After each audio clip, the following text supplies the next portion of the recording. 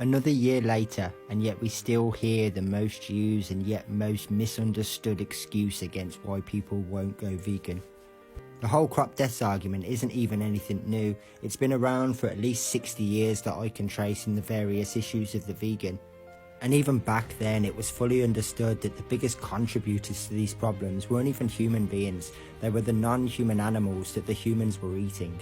But that sort of information soon gets forgotten when people like Ted Nugent make an appearance on the Joe Rogan podcast, providing sound bites that every non-vegan longs to hear. Any sense of a sort of justification that they can desperately cling to, which means that they don't have to change anything about their natural lives. But once more, let's have a look at this data for what it is, and let's work out the basic maths. It's always going to require more food to feed one of these animals than you could ever get in return.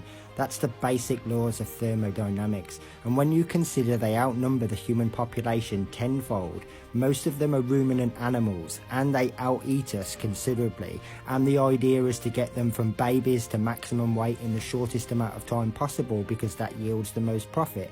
You can see why the biggest contributor to crop deaths is non-human animals by some distance. This is then obviously followed by those who consume, wear and use the non-human animals in their various ways, because you're all eating plants as well as eating them, and vegans are bottom of this list. I mean, any worry or concern that you have about crop deaths is an argument to go vegan. But not only that, not only is this projection unjustified, but vegans are actually the only ones having conversations and trying to come up with new ways to change farming where we could eliminate crop deaths altogether. What are you guys actually doing about it?